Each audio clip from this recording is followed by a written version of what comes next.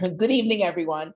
And tonight we start looking at what we call classical prophecy. And I think it's important to take this class and first kind of set out some ground rules, as it were, because there are different approaches to these books. So this isn't really a spectrum, but let me present it as if it were. You have, on the one hand, you'll have people saying, why are you saying Amos is saying this and Yirmiyahu is saying that? They're both speaking the word of God. It's God saying everything. It's all one thing, right? So no. And then there's the other side which says, why are you saying Amos is saying this and Yirmiyahu is saying this? They didn't say these things. Some author in Yehud in the Persian period wrote these books for a purpose, right? And created a past historical narrative that involved these people, and they're writing prophetic books for Yehud in the Persian period for them to learn something from it, right? So, for example, if you look at, there's a book called The Production of Prophecy, which it's an interesting collection of articles that really does give you a kind of a nice look into that approach, the approach of those academics who look at these prophetic books as if they're all composed in the Persian period. Or they may have some historical nuggets, but that kind of doesn't matter because the only thing we can really analyze is what they were in Yehud of the Persian period, right? So I, for obvious reasons, do not like this approach. Also, even if I did like the approach, even if I thought the approach sat well with looking at a book, with understanding a book and reading a book and trying to get the meaning of the book and what it says, there's a tremendous amount of imagination that goes into these things because they have to kind of construct a whole, out of really no evidence, a whole kind of society in Persian Yehud and a whole practice of reading prophecy and writing prophecy in Persian Yehud that they're just kind of creating certain elements of the scribal circle. So they'll say, oh, I think that they read it together at gatherings once a year, based in Mitzpeh, because that was their center. And okay, it's nice that you think that, but based on what? So it's good to know that there is this approach, because there is a reason to have that approach, which is we have these books, and these books, we know that these books existed as books in the Persian period, right? Because we have already the Second Temple period, right? A little bit later in this Persian period, they're being treated as works that can be quoted and cited and referred to, right? So that's when we know that there are books. So how can we analyze a book? We can only analyze it as a book, right? So that's a certain approach. I think that is right. So as Robin says, the 1 shekel coin. But we have a lot of things that we copy from the Persian period, from when we had kind of a state again. But the right, Yehud again is Judea, right? Is like Persian Judea. They'll sometimes put these books to right after the destruction, so they'll place them different. It depends who you're asking and who you're talking to. But I do kind of go with the good old classical scholars who read Isaiah certainly at least first Isaiah, right? Like Isaiah, this was something that Isaiah was speaking or writing, that Yirmiyahu, Jeremiah, this is what Yirmiyahu was speaking and writing, with a recognition, however, that what we're reading are written words. And these were not necessarily the speeches, right? There's a very good article by Menachem Haran. It's in Vetus Testamentum. I think it's 1973, but you can also find it. There's a Brill collection of articles on prophecy, which has a lot of these classic articles. And I'm going to be using actually a lot of his references when to use Yirmiyahu kind of as a test case of this, in that you have and now we're moving away. Again, I'm going to say this again. We're moving away from like Eliyahu and Elisha and these prophets who function mainly in these stories. And so when they say something, it's short, right? When they say something, it's to the point. It's usually some kind of something about a war or to a king. And we're moving from them to these books, even if they're shorter books, like Amos is much shorter book than Yirmiyahu is, or Obadiah, right? But these are written works. And we can say that we can find the nuggets of speech in them, but even when we find these nuggets of speech, the question is how close it has to be some kind of paraphrase written afterwards, right? Because no one's sitting there taking dictation. Even if you do have a scribe taking dictation, he can't possibly be fast enough to cover exactly what you're saying, right? So it's some kind of recording after the fact. And it's a literary version. Okay. Now someone asked an important question. So Yehud is the Jewish community in the Persian period in Eretz Israel. Yes, when these guys say Yehud, that's absolutely what it is. And Yehud is the district. The district is Yehud. So when these guys say it's from Yehud, they mean it's from the Jewish community in the Persian period. In general, in the land of Israel, sometimes they will. I've seen some of them say this piece of, let's say, of Yirmiyahu, of Jeremiah, is from the Babylonian exiles in Babylonia. This piece we think is from the Babylonian, the people who stuck around after the destruction, right? So that you do see there is a certain a range there. It's not only real Persian period. Some of them do date certain things to right after, but they usually are saying it's got to be from after the destruction of the first temple, right? So you're not having something that's really and so like I read an approach like this in that book, The Production of Prophecy. I read an approach like this to Amos, right? And saying, hey, look, Amos, okay, he's being presented as speaking to Israel, but let's face it, the book, right, is from Yehud, right? So we're going to read the whole book as something that's written, a constructed narrative that's written for the Judeans, right, in a later period. And you can do that, right? I think it's a great reason to not study Bible. There's certain things that I feel suck all the life out of biblical studies. I have to say this is one of them. I will accept there. Sometimes people will say, hey, look, there's a real reason to say this piece is done in Yehud. I actually haven't seen so much of a reason for it, especially because when we see the later books of like Chronicles, like Divrei Yamim, right? Or that we see there's a difference. There's a difference even in the Hebrew. There's a difference in the emphasis. There are, and then once you get to Second Temple texts, like my Second Temple texts, right? Like they're much later, right? They're totally Second Temple texts, and believe me, and I did a degree on them, I did a PhD on them. Second Temple texts are wordy and derivative. All right, you get a little hint of them in things like Divrei Yamim and Chronicles, right? That's sort of kind of we're gonna spell everything out for you, right? We're gonna just tell you what the lesson is, and we're gonna refer to other books, in a secondary way, and you have that really full blown in Second Temple literature. There's a different feeling to the books of the Hebrew Bible. And again, I'm sure that one of these guys who has this approach, I'm sure that Ehud Ben Tzvi, could say to me, look, I'm going to prove to you that this piece must be. I imagine that there are passages like that. I haven't found something particularly, because this study requires a lot of imagination and a lot of construction of certain societies that would be doing this. It's I don't know, it's a little harder for me to swallow. Okay. I also am very biased, right? Because I want to read the book of Yirmiyahu like Yirmiyahu is saying something.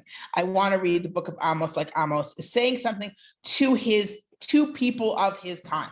I am not the only one who reads it this way. I'm not even the only one in recent memory who it's not just scholars from 73, but it's important to realize that there really are these different approaches. And then of course our approaches that say, okay, there's a nugget of, but again, I'm going back, we have to recognize that this is a written work and not a spoken work. Okay, so we do have to recognize that it's not a one-to-one correlation between what a prophet would have said and what's being written down here. So I'm going to show you some examples now from Yirmiyahu where we kind of see that interplay. First, I'm going to take a pause and I'm going to look at some of these questions that are coming in. Why is the hypothesis that the prophetic books were written, compiled in the Persian period more convincing than the hypothesis that the books were carried into exile from Judea? The issue is, the issue really is, there are a few questions. One is, can we trust transmission over such a long period of time? There's an issue of why would anyone keep books from Northern Israel? Another question is, who would be writing these down? Another question is, can we rely on a work that we have copies of so much later that it reflects a much, much earlier work? Now, I think this is something that Joshua Perman points out that I really think is true, that with other cultures, we do just that all the time. We look at Middle Persian Zoroastrian works and we read them like they reflect much, much earlier Zoroastrian thought, right? And that they've been because that's what we've got. We've got Middle Persian Zoroastrian works, and we treat them like they have not been corrupted in any major way, right? So it's interesting that specifically with biblical books, everyone's like, no, how can we trust this thing that we only have copies for much, much later? But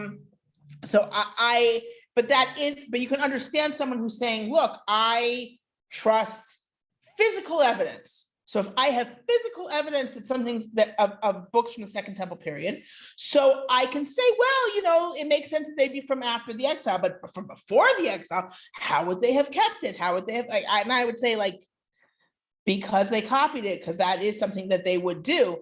But there you go. So that's the reason.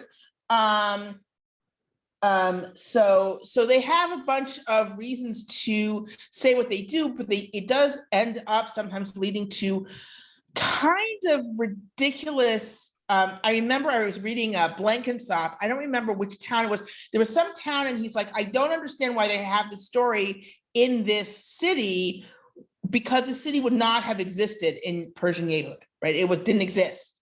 And he's like, why are they placing the story there, right? And it took me a while to realize that he was reading the text as if it had to be from Persian Yehud, so he had a problem with the city, right? Where it was a city earlier on, but in Persian Yehud, it didn't exist anymore. So why would they be writing about it, right? So it does lead to kind of some funny situations for people who use that argument. But we all have our biases when we read these books. Like you're going to hear me say, and Amos is saying, you're going to hear me say that, I'm going to be saying it. And that's, that's my assumption. Sorry, guys, right? And then you can have an argument about, is the last parak of Amos, is that from Amos or not, right? And then there are arguments on either side, because that one speaks to Judea. So the question is that from Amos, or is that a later Judean addition? And there's a big argument there. I always go to the Israeli scholars if you want someone to say that that's from Amos. So you can absolutely find scholarship there that says it's from Amos.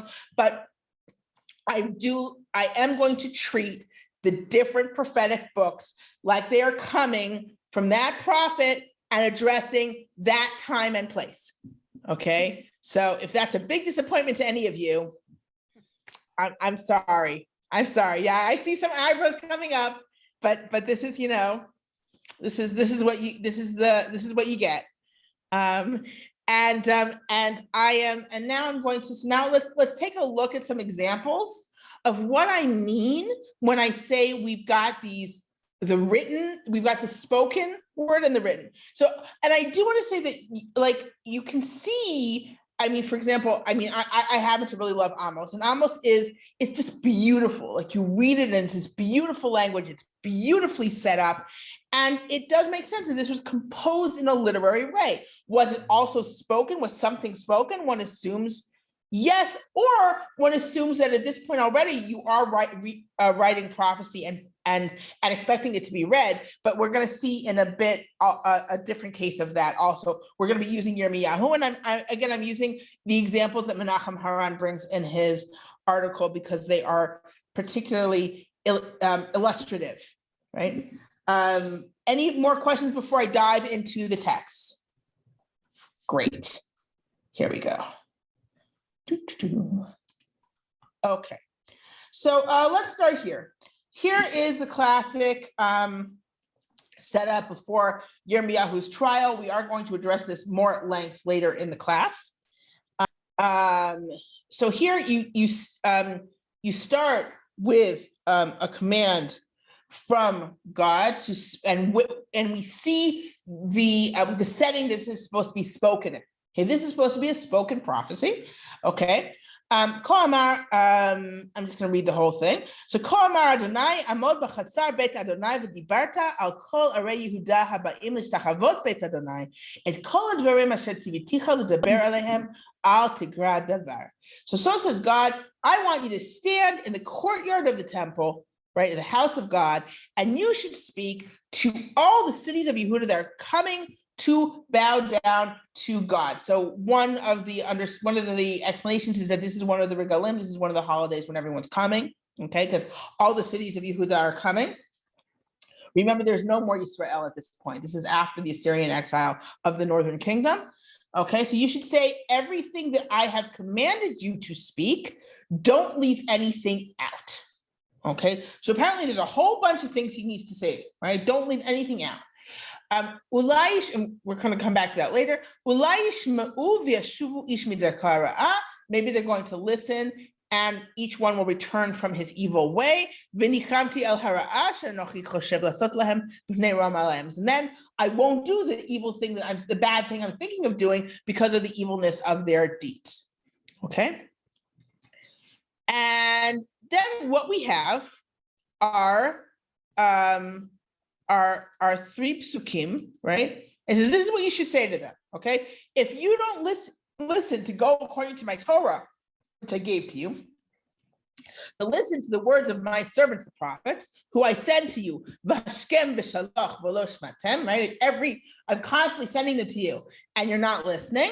V'natati et habayit hazeh kishilo, v'et ha'ir hazot eten lekala l'chol goyei haaretz. And I will make this house like Shiloh, and this city I will make for a curse for all the nations of the land. What does that mean? Like Shiloh, it will be destroyed as Shiloh was destroyed when the Mishkan, when the tabernacle was there, right? So Shiloh was destroyed, and this city will also be destroyed like Shiloh. It doesn't matter that my temple is there. Like with Shiloh, right? When my temporary temple was there, it got destroyed. So this city will be destroyed even though my temple is here. And your city will be a curse. And there's people will be like, may you be like Jerusalem. That's what it means to be like a curse. It'll be so bad that people are going to be using it for a curse. This is, yes. Sure. How come Yirmiyahu asks or mentions again the Churban of Shiloh and no other prophets mentions it? Like, you're right, Ido. So why does no one else say Shiloh? I think the point is, in my opinion, the reason why Yirmiyahu in particular would say Shiloh is because the whole point, Yirmiyahu's whole point, there's an idea. Why does everyone think Jerusalem can't be destroyed? Because God lives in Jerusalem, right? God lives in Jerusalem. God lives in the temple, therefore Jerusalem can't be destroyed. This was the lesson they learned from their salvation from the Assyrian conquest. The Assyrian conquest ranged through the Judean countryside. It left Jerusalem alone, right? They had to pay them off, but they left Jerusalem alone. Even in the description on the Assyrian side, it's mysterious that they didn't conquer Jerusalem. Okay, it's kind of weird that they didn't conquer Jerusalem and that they and punish Jerusalem, but they didn't. right?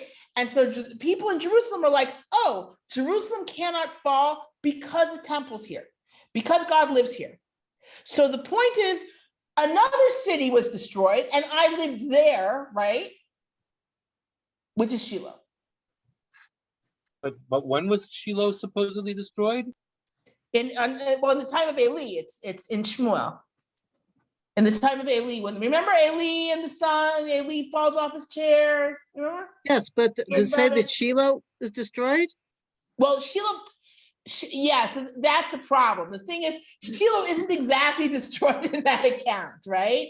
So you've got two different accounts of what happens in Shiloh, right? There's oh, well, they just got, the Aron was gone, and they got the Aron, and right? But this is clearly reflecting an idea that Shiloh itself was destroyed. And that's why what happened. And so the idea is Shiloh was destroyed, Jerusalem can be destroyed the same way, right? Because it's not just an issue of Jerusalem, it's an issue of where God is. There's a lot of, when we talk about the symbolic actions, again, some of what I keep on talking about this, one of the symbolic actions, which is the loincloth, is to show to Yirmiyahu that Jerusalem can be destroyed if it is worthless, if it's no longer, if they're bad, then they don't serve as God's house anymore. And Yechezkel does it in a different way. Yechezkel says God leaves, right? Yechezkel describes the divine presence leaving the temple, right? So it can be destroyed, right? Whereas with Yirmiyahu, it's not a description of God leaving the temple, it's a description of Jerusalem is no good anymore. The temple's no good if you guys are evil. And so that's what's going to no longer protect Jerusalem based on God living in Jerusalem. Okay, and that's one of the big arguments here. Now, the thing is, what I wanted to point out, though, is that with these three verses, I mean, that's clearly not the whole speech. Right? It's clearly not the whole speech, because God's like, tell them everything, don't leave anything out. It's 3 verses, right? He has to wait for people to gather, he has to get their attention. It's clearly a longer speech than this, right? But this is what's important to this story, because what happens is that the priests and the prophets and all the nation, they all hear this and they bring him up for trial. Why do they bring him up for trial? Because he is clearly, what? False prophet. A false prophet, because he's saying Jerusalem can be destroyed, and it clearly can't be destroyed. It can't be destroyed, right? So if it can't be destroyed, and he's saying it'll be destroyed, he's a false prophet, right? So they bring him up for false prophecy, and he is acquitted based on Micah, right? Because Micah said something similar, and Micah was not killed as a false prophet. It was rather a call for repentance. So like, this is a call for repentance. He is not a false prophet. Let's take a look at what is possibly a longer version of the actual speech. And here we have, once again, a longer version. Amod Bashar Beit Hashem V'Karat Hashem Et Hadavar. So again, he gets a command. We have a description of a spoken prophecy, right? Go stand in the gate of the house of God, and you should say, again, to all of you who die that's coming in these gates, and you should say, you'll improve your ways and your deeds, and then I will dwell in this place. Right? That's Yirmiyahu's whole argument, that if you don't do good, then God doesn't dwell with you. So that's not, right? Al tiftechu lachem el divrei hasheker lemor, hechal Hashem, hechal Hashem, hechal Hashem hema. Do not trust the words of the false words, saying it's the temple of God, the temple of God, the temple of God, right? All you have to say is this is the temple of God, we are safe. Temple of God, the temple of God, the temple of God, but don't believe it. Guys, don't believe it, right? Because this depends on your own actions. All right. Because if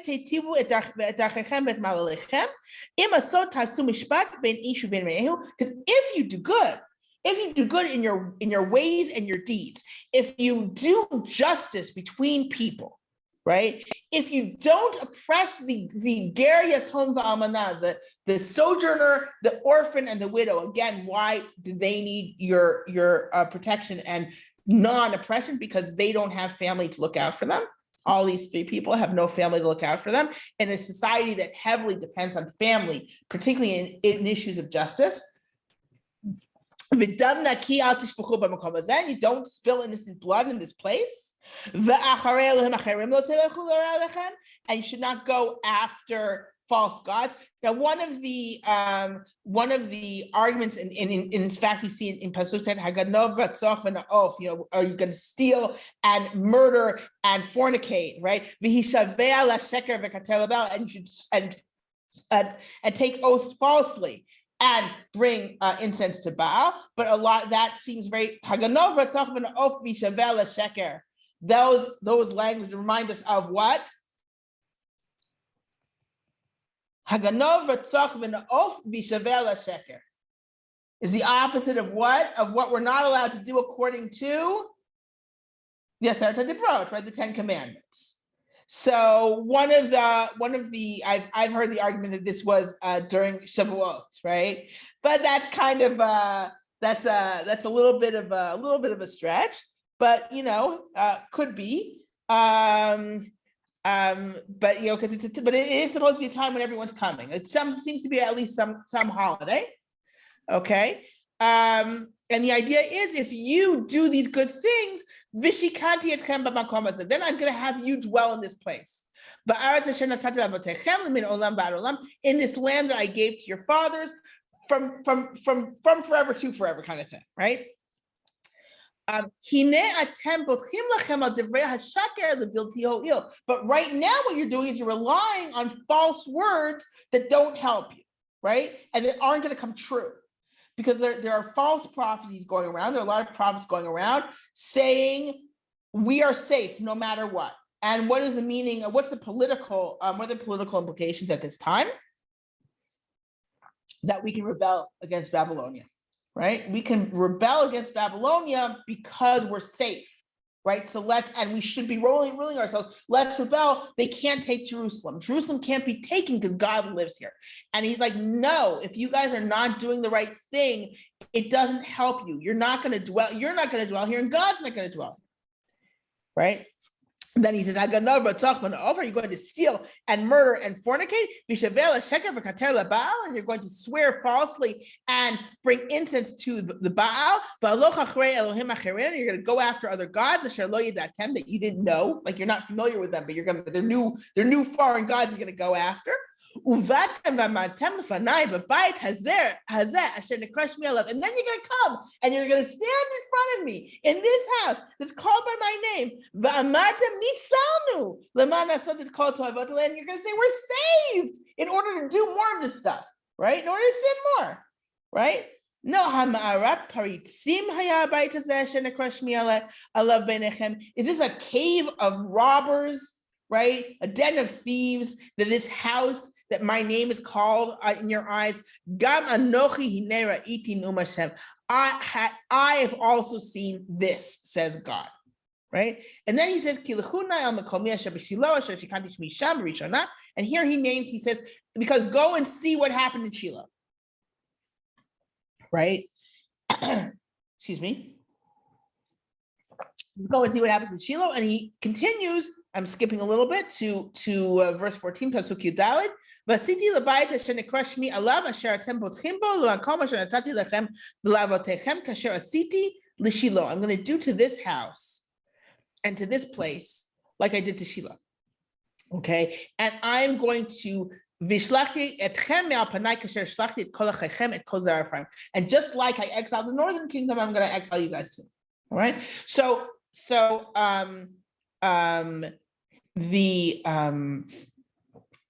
here we actually have a longer version that is very possibly what's condensed in our story. Like here in chapter 26 in Perek Vav, we need to know the prophecy that preceded the trial, what they got upset about. So we have this kind of shortened version, little summary.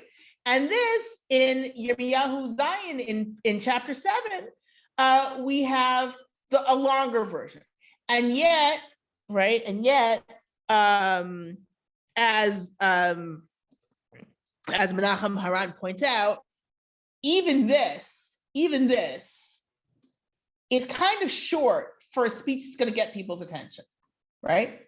You could say these verses in a few minutes, and it's not enough time to really convince people, right? One assumes that a prophet who's going to stand at a busy intersection, right, or a busy entrance is going to have to talk longer, right, to get people's attention.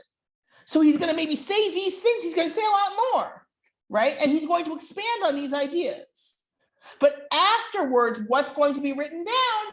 The basic ideas, and it's going to be put in a way that's readable, that's literary, right? So, and that's what we see here as something and then we have the question of, okay, so what did he say? Is this pretty much what he said? Like, how much of it is written and how much of it was said? And then that's just a question. I'll give a much later, actually, is it? Yeah, it is a somewhat later example from a different culture. If any of you guys have done Plato's Apology in Greek, right? When I was a little baby PhD student, I had to do edit Greek, and we had Plato's Apology in Greek. And Plato's Apology in Greek, just to remind you, that's Socrates on trial. Everything's spoken, right? It's all Socrates, his speech afterwards, his argument in the trial, and there's just a lot of these speeches. And you need to, in order to understand the Greek, you have to draw little charts connecting different words to each other, right? Because the words that modify each other are never next to each other. It's a very complicated sentence structures that at least when I was learning, they said, could not have been understood if you were just listening. If you were listening, you couldn't say this speech and expect people to understand you. You could only write this speech and expect someone who was reading it to be able to put it together correctly, right? So Plato's Apology itself is tremendously written, right? So what happened, right? That's a question. What was said at the trial actually? Well, nothing that literary, that's for sure. Whereas here, we actually can imagine someone saying, Haganova, Tochvanov. It does, you can absolutely imagine someone saying these things, right? But one assumes that if he's trying to get people's attention, he would have to say a lot more. Also, not just a short-ish thing. I know that I had a podcast that I haven't kept up with for a very long time, but there's someone who every now and then she transcribes it and she sends it to me for me to look over. And I will tell you that transcription goes on and on and on. I'm like, oh my God, did I never stop talking? Like literally, and you say a lot when you're trying to convey something. And here what we have is a reworking of that. And we're gonna, and I'm still gonna read it as the prophet's words, whether spoken or not, right? Whether spoken as this or written afterwards in a condensed form. Now, let's take another look at a situation where we actually have the writing described. It's a little bit different, okay? And that is, here we are in Yirmiyahu, Lamed Vav, Yirmiyahu 36. Now, before I go into this, I do want to say this is something, and I am really, I mean, I don't like to say things as if I came up with them and someone else did, but Nachum Haran says this also in terms of others, is that the idea of the prophecies to the nations show that there's this writtenness of prophecy at this time. And prophecies to the nations go way back. All of our classical prophets have these prophecies, like not the really short ones, but they have these prophecies to the nations. And prophecies to the nations are clearly not meant to be spoken. They're meant to be written and read, probably not by those nations, right? It's a creation of a prophecy that's meant to be written and read. No one's saying it to the nations. He's not going to Edom and lecturing to them in Hebrew, right? They probably understand it, but he's not doing that, right? He's writing this. It's a written prophecy that's meant to represent something about Edom that we're reading, right? So just that, the fact that we have those and we have those across the longer classical prophets shows the writtenness of a lot of this prophecy. Okay, so here we go, and in this case, it's a little bit different. Here we start with something being written. Okay, we're not starting with anything being spoken even in description. It's not described as being spoken, right? This is the 4th year of Yehoiakim. Hayad Davar Zal Yirmiyahu Me'et Hashem Lemor. So Yirmiyahu, so God says to Yirmiyahu, he says, take this scroll, right? Megillat Sefer, a rolled scroll, right? V'katavta eleh et kol advarim asher dibarti elecha al Yisrael v'Yehuda v'al kol hagoyim miyom dibarti elecha mimei Yoshiyahu v'ad hayom hazeh. Says, from the time of Yoshua, I want you to write everything I told you, everything, right? Maybe the house of Yehuda, the house of Judah will listen, right? And so they'll repent. Okay. So Yirmiyahu calls Baruch ben Neriah. Baruch ben Neriah is his scribe, right? And Baruch writes it all from Yirmiyahu's mouth, right? So Yirmiyahu speaks all the prophecies. No one else hears it. Only Baruch ben Neriah, the scribe, he's writing it all down. So he writes it all down. And then Yirmiyahu says, well, I am locked up. Right? I'm locked up because Yirmiyahu gets put in prison all the time and he's locked up. I can't go to the temple. So I need you to go for me. Okay. So you go and you read this scroll that you wrote from me, read the words of God to the people at the temple, at Beit Hashem, b'yom som, on a fast day. So again, everyone's coming. It's a fast day. Everyone's coming to the temple. I want you. I can't do it. So I'm writing it down. So you write it down. I'm dictating it to you. You write it down, and then you go and proclaim this. All right. And that's what Baruch ben Neriah does. And then we have Michaihu, the son of Gemariyahu, the son of Shaphan, hears it, and he goes, and essentially and he tells everyone, and they all tell him, listen, take your scroll and go, right? And here, and they ask Baruch, but Baruch shalu lemar, hagedna lanu, ech katavta et kol dvarim ha'ela mipi. They said, tell us, how did you write all these things from his mouth? And what it seems, the question seems to be, is how could you write these terrible prophecies? How could you write these things down?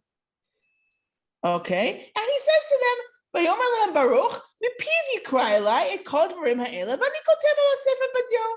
And he says, well, this is how I did it. He said all these things to me, and I wrote them down on the scroll in ink, which is a very classic, like, I'm going to totally ignore what your question's really saying, and I'm just going to say, I took it all down.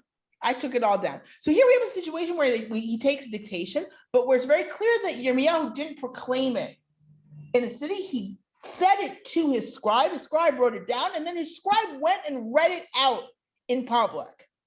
Okay. And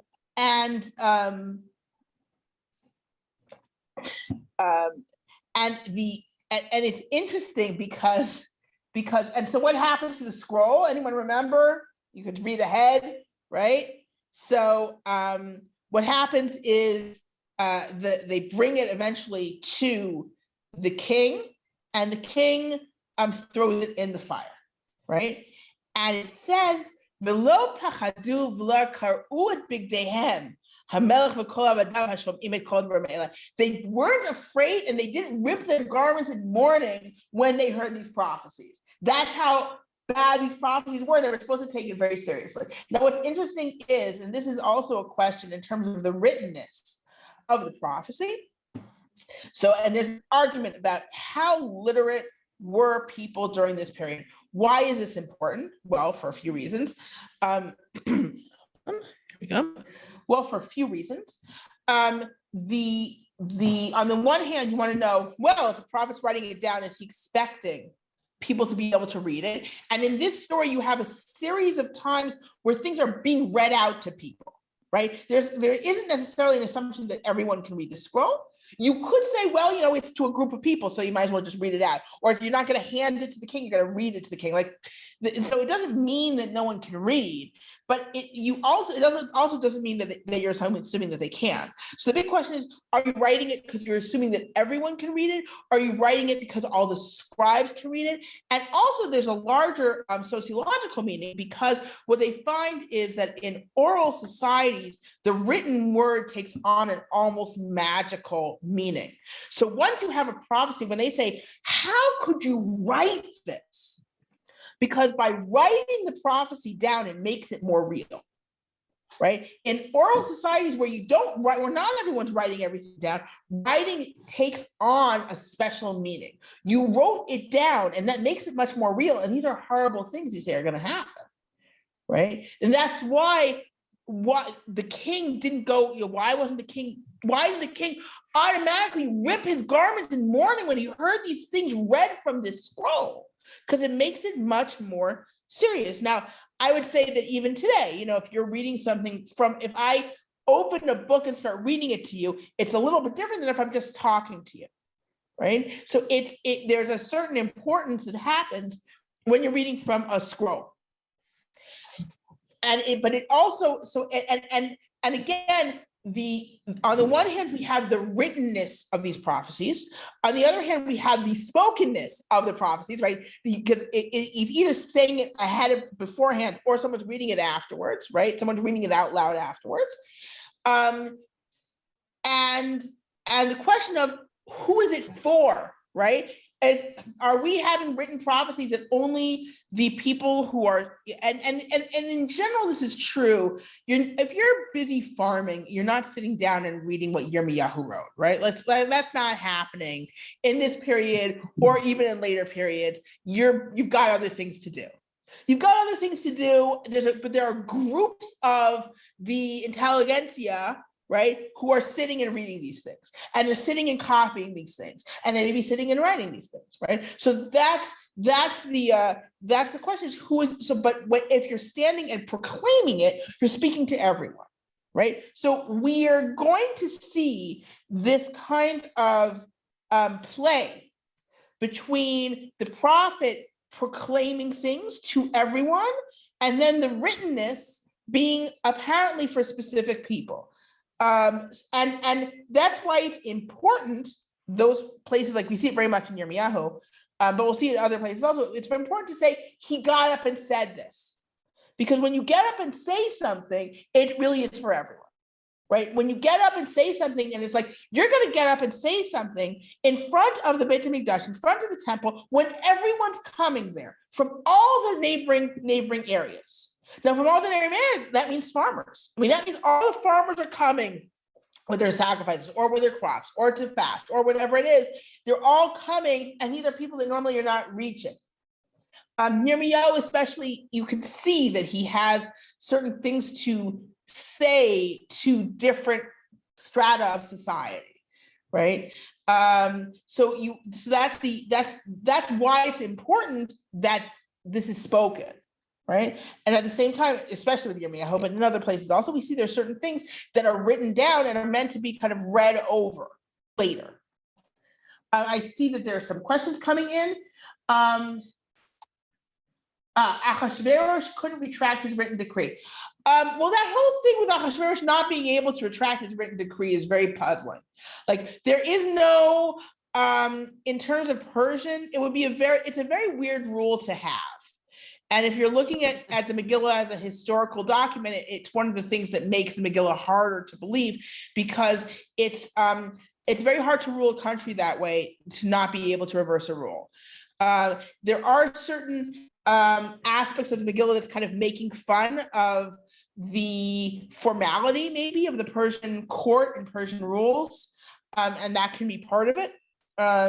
But it's what's interesting about the Persian this description of the way the Persian Empire is run in the Megillah is that it reflects the multilingual nature of the Persian Empire because it was so broad, but also how quickly, whenever they write something and it talks about how quickly the messengers went out, right? They went Tchufim, right? B'dvar HaMelech. They went very fast and quick with the word of the king, and that's because the Persian Empire actually had the most sophisticated postal system.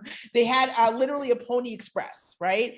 And it was one of the wonders of the ancient world, how quickly Persian messages could get from one end of the empire to the other because they used this kind of Pony Express system where, you switch horses at different points. And that's, and it's kind of picking up on that. Any other, we have a few minutes before the end of the class. So any more questions or comments? Yes. I'm still confused about the Shiloh business, because Shiloh is not destroyed in the story of Eli. Again, we clearly have a different tradition that's being reflected here, that Shiloh was destroyed. And it's clear that that's what's going on. It's clear that Yirmiyahu is picking up on a different tradition that says that Shiloh was destroyed, a different account than what we have, right, in Shmuel. And it's very clear that what he is saying is that Shiloh was destroyed, right? So clearly, at this time among his audience, they're like, yeah, Shiloh was destroyed. So it does create a problem with the way the story is told in Shmuel, 100%, and people have noticed that, right? But it's also clear that it's not supposed to present a problem to his listeners here. That's not one of the things they argue with. They don't say, oh, but Shiloh wasn't destroyed. Right? That's not one of the things they say. It's very clear to them that Shiloh was destroyed. So there could be some anachronism here because Shiloh is destroyed 300 years later by the Assyrians. It could be that that because Shiloh is destroyed, they're like, again, they're looking way back in history, right? And they could be thinking of they didn't reach Shmuel, right? And they can think, yeah, Shiloh's destroyed. We all know Shiloh was destroyed, right? There's clearly a version of the history that people think of that says that Shiloh was destroyed. Because again, one of the arguments that they could absolutely say, oh, he said that Jerusalem's going to be like Shiloh, but Shiloh wasn't destroyed. That's not what they say, right? They'll be like, he said Jerusalem's going to be like Shiloh. Yeah, so it seems like everyone thinks of Shiloh as having been destroyed. Are you saying that there was a tradition that said that Shiloh was not destroyed? No, there's in Shmuel, in Sefer Shmuel, when it talks about them losing the Aron in the time of the Mishkan, in the time of the tabernacle, Shiloh is not destroyed. Yes, my understanding of that was always that's missing from there. Maybe there was there were chapters that talked about that and we don't have that or something like that. But right. It's hard. But it's weird in that book that it's not talking about Shiloh being destroyed, because it talks about other places being destroyed, and it's weird that it doesn't talk about Shiloh being destroyed, and it doesn't, right? So you can 100% say, and again, this is the challenge of reconciling what's being said. So what I'm emphasizing is that here it's clear that the audience all believes that Shiloh was destroyed. Everyone believes that Shiloh was destroyed in this story. But whether Ido, I can't hear you. Is it Ido speaking? Ido, I can't hear you. Get to a place with better reception. Okay. Meanwhile, I'm taking another question because Cheryl had a question. Cheryl. I'm struck at the idea that of a prophet proclaiming a speech. But if I think of Yirmiyahu in the city of Jerusalem, and he needs to get people's attention, he's not giving the speech once, he's giving it multiple times. And what we have here is we have a written version that makes it sound like it's once. But if he was really walking in the marketplace or trying to mix with people, right, he's giving the same thing different. He's not mixing with people. He's standing at the gate. He's standing in a place of maximum visibility, right? So he's either standing in the courtyard, he's not walking around, right? Okay. That there are places where it's described that like he's standing and everyone's kind of gathering. He has to get their attention though, yeah. But I don't know, but I don't know. I imagine it as not giving the speech once to get someone's attention, but maybe coming back on different market days to give the same speech to try to get people to listen to him. Right. Well, in this case, and I'm not disagreeing with you, but I do want to distinguish here. We're not talking about market days. We're talking about holidays, right? So he's going at a specific time, and yes, very likely he's repeating it and repeating it and repeating and repeating it, right? Because he's standing there and he wants to get as many people as he can, and it's going to take a while for people to listen, especially since he's saying something very unpopular, right? Right. You would wonder though how long he can stand there saying something so unpopular, but who knows? It could be a bit of a Hyde Park situation where they let the guy talk, unless a ruler comes by and decides he's not going to talk anymore. But yeah, I think it makes sense that he would be repeating similar ideas over and over and over again, right? And in fact, if we were we could read it as him giving the same speech twice, because he says it in Persian in chapter 7. He says it again in 26 in Chavav. So you could say, well, he's actually saying it twice, right? Or you could say, well, this is the longer version of what is hinted to in the later chapter. But you could say he's saying the same thing twice at different, different times. And it's in fact, it's very it's interesting because with the Yirmiyahu is it's not set up chronologically. So it is hard to know sometimes what to connect to what in terms of the different prophecies. And they do repeat. I mean, the ideas repeat. So yeah. Now I see another comment. Oh, Ido, can you try again if you want to try again, because we couldn't hear you before. No, I'm sorry, I didn't have a question. It's just my computer went bizarre, that's all. Oh, okay. So I hear Susan writes in, maybe the inconsistency of Rav Shiloh kind of evidence used by those who argue that Jeremiah was written down much later, and the later writers were foggy about exactly what happened to Shiloh. No, I don't think, on the contrary, I think probably, and this is my guess, they would say that the book of Samuel, that Shmuel got it wrong. That's probably what they'd say. Shmuel is a very literary book, right? It reads like a novel. So I think that probably their guess, who knows what they would say, but they wouldn't particularly point to the historicity of the book of Samuel over the book of Jeremiah. Put it that way. That's what I think. Years ago, the world is coming to an end. Nuts used to hang around Times Square day in and day out to proclaim. Same message proclaimed day in and day out. Yeah, and I've been to Hyde Park, right? And you also have the same sort of thing. It's very clear that people are just doing it every Sunday over and over and over and over again, saying the same thing. What kind of framework, Daniel Libby asked, what kind of framework would there have been for written prophecies to be read? That is the question. That's a big question.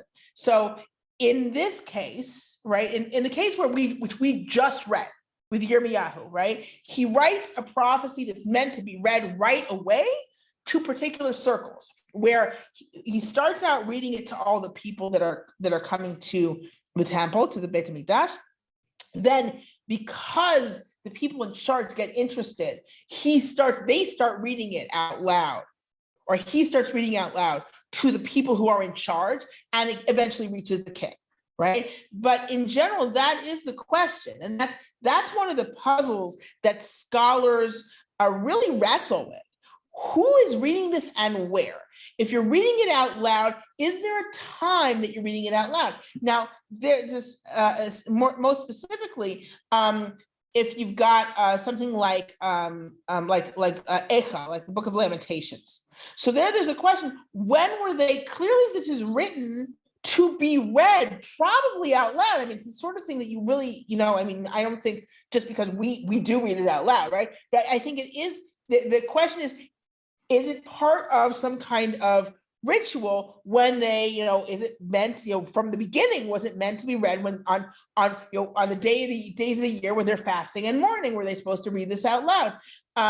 from the very beginning. And if you look at like in the ancient Near East, we have the Lamentations, the parallel Lamentations. If you remember from last year's class, the parallel Lamentations did have this kind of purpose of being read out loud as part of a ritual, but they were being read out loud as part of a renewal ritual. When they rebuilt that temple, they would read it out loud. Whereas we know that Eicha is being written at a time when the temple's not rebuilt yet, right? So the question is, who's reading it and when, right? Because it's clearly, particularly Eicha is evocative and kind of poetry. And very, very written, right? Because it's an acrosticon, so very written, like clearly not spoken first, right? It's written with an alphabet in mind, right? And yet who's reading it and when, and what is it meant to be? That's always the question with these prophecies. If they're being performed, when and where they're being performed, and people come up with their own ideas. By the way, this is also an approach that's used again in much later Second Temple literature. This is kind of come into favor, not so recently, but relatively recently. This idea that these books were performed and not just read. That these books were kind of read out loud in order to reach a larger audience. I'm not sure that's true, actually. I'm not sure that these things that the book of Enoch was read out loud and was performed. I'm not sure that the book of Fourth Ezra was performed. I think that these books at that point were probably being copied and read again by the intellectuals, as opposed to being performed for the hoi polloi. But these prophecies, the idea seems to be that they're supposed to be reaching regular people. Of course, again, then we kind of inch back into this approach saying, well, maybe something was said originally to the people, but when it's being written down, at this point, it's only for the intellectuals. At this point, it's all being written down and summarized for the intellectuals who then want to kind of form an idea of what it is, of what Judaism is really, of what biblical belief means. Right, and that this is part of that. So that's always a good question and always interesting to ponder. It's hard to have a real answer, except for places where we have the actual story of a story, like in that specific instance of Yirmiyahu, which is meant to be unusual. Like it's saying it that because it's an unusual thing to happen with a prophecy where you're writing it first and then reading it out. Cheryl, you had another question? Seems like you'd need some sort of an institution like a shul in order to have any way for things like this to happen. Right. Well, I mean, they have the temple. The temple is far away for most people most of the time. Yeah, but so this is the thing. And again, it depends how late we go. So obviously, we don't have a Beit Knesset, what we would call in English a synagogue, even though it's not. There's a Beit Knesset, which is translated literally as synagogue, right? It's a place where people gather, right? And those places where people gather would be a place to read something like this out, right? Not necessarily, they wouldn't necessarily be praying because you don't have a ton of prayer during this period, right? Later on, there are more prayers. It's interesting that in Greek, so usually there are what you would call a synagogue outside of Israel. It's called a proseochai. It's called a house of prayer, right? I think it's Philo who refers to them that way, but it could be Josephus. I could be getting mixed up a little bit. And then the ones that are in the land of Israel are called synagogue, which is a Beit Knesset, which is a place that people gather, not necessarily to pray.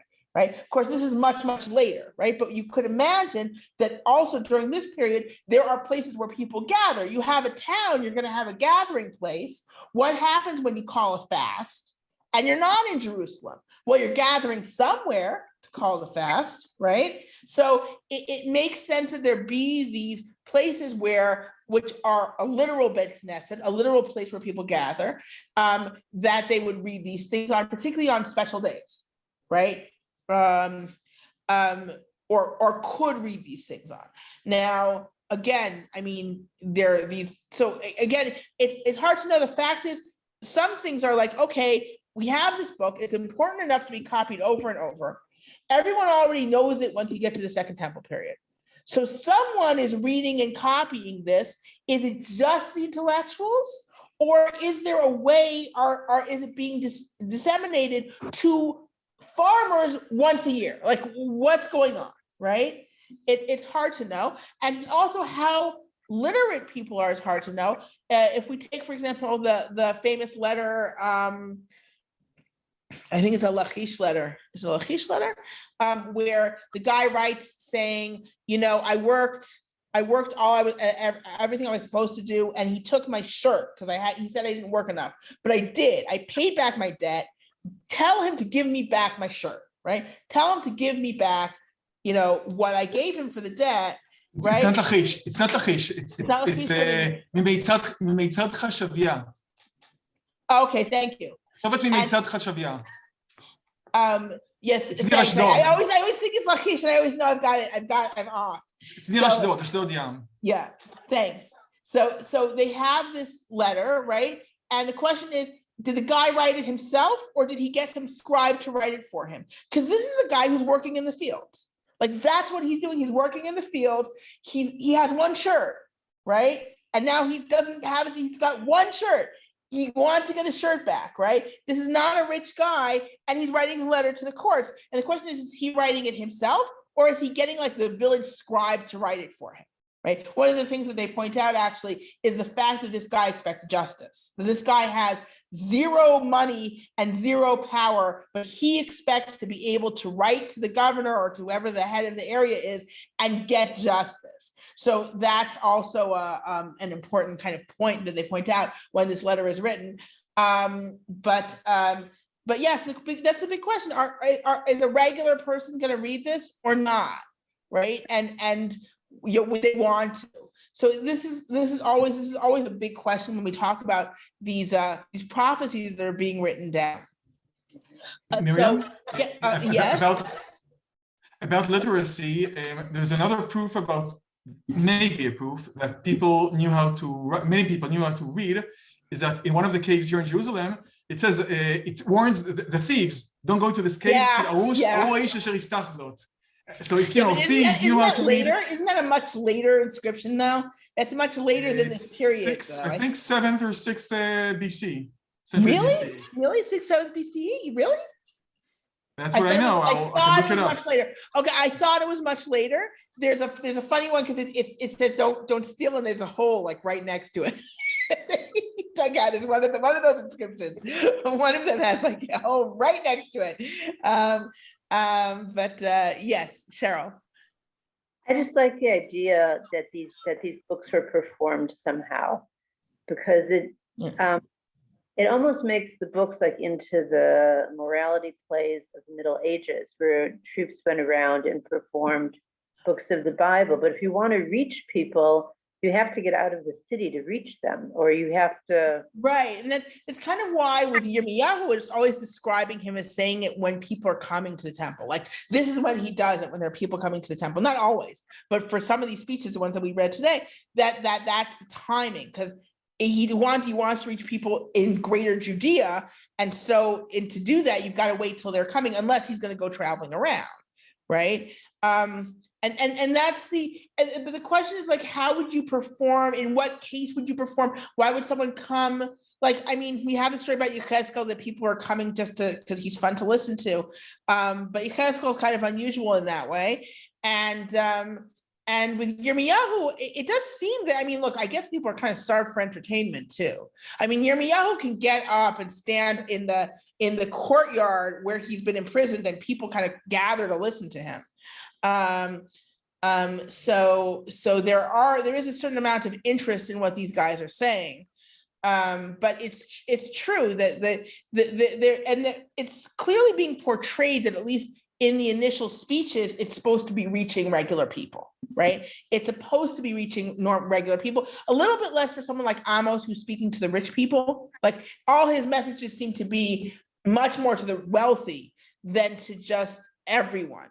Whereas with Yirmiyahu, it seems like he's talking to everyone, to the nation. With Yirmiyahu also, and we'll talk about that later when we talk about Yirmiyahu. Yirmiyahu has there are very clearly delineated groups that he's speaking to. He speaks to the nation and sometimes the sarim, the people in charge, and the prophets and the priests. Like those are his people. Those are the groups. There are certain groups in Jerusalem, and one of them is the nation, right? Ha'am, right? Does that just mean landowners? Does it mean everyone? But we see more of a, there we see it pretty being clearly delineated who he's talking to.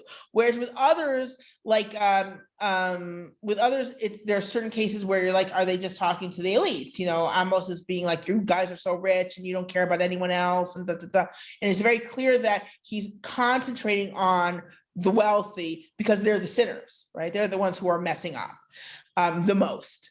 Or Yechezkel, who he himself seems to be a member of the elite, he's in the elite exile, right? He's in the exile of the elites. And so he's talking to that exile, right? And he's a pretty important person, right? The elders go and the Kenim go and they go to listen to him, and and he gets to yell at them and all these things. So different prophets seem to be reaching different people and seem to be directing their message sometimes to different groups. Just one more comment on the subject of literacy. The ostraka that were found in military fortresses from the time of Yirmiyahu indicate that even lower-ranking officers knew how to read and write. Yeah, but you would expect. See, this is the thing: a lower-ranking officer would have to be able to. You could see. This is the thing: once you have an alphabet, it's easy to learn to read and write. Period. Especially an alphabet like Hebrew, there just aren't that many letters. It's you just write it how you hear it. It's not hard to learn to read and write, but you have to have a reason to learn to read and write. Like anyone who's going to be in the military who has to deal with orders that they're sending by mail, as it were, should need to learn to read and write. And because you're not writing in cuneiform logograms, you're writing in nice Hebrew letters, it's not too hard to learn it pretty quickly. But if you're a farmer, are you going to take the time to learn it, or are you not? And that's a question. It's a question, right? A clerk is going to need to know at least some kind of writing, right? I just recently saw there's a Sumerian, like early thing with someone selling fat-tailed sheep, and they use like the symbol. There's a very basic symbol for sheep. I don't remember if it was an X or a dot, something very basic for sheep, plus a little drawing of a fat tail, which is, everyone needs to, at some point, everyone needs to learn some kind of writing. And the question is, are they, how far are they going? So again, it absolutely is possible that farmers would learn to read and write when you've got an alphabet. But also as Ido pointed out, like reading is easier than writing, right? So that's also another issue. So it could be that they can read, but not necessarily write. So Ido, you just wrote the inscription that you mentioned. En bo kesef bezahav aror hadam asher yiftach et zot is from approximately 700 BC. Okay. So that's what I love that book. That's like my favorite. Achitub's the best. So Ido has mentioned this inscription against grave robbers, right? And it's from 700 BC, and the assumption is that grave robbers are going to read, right? Because it's not just a curse. Sometimes you have these curses. Anyone who robs from here is cursed. And then you can see they don't have to read it because the curse is just going to work. But in this case, it's saying there's no gold or silver here, so don't rob it. So clearly the assumption is that they're going to read that, right? I believe it or not, but yeah. So thanks, Ido. A proof of some kind of literacy among everyone. So thank you everyone for joining me tonight. And next week, I think I'm going to talk about dedications of prophets, right? Like how they, the whole kind of thing of being of a prophet being chosen or volunteering himself that we see in classical prophecy. So looking forward to seeing you next week.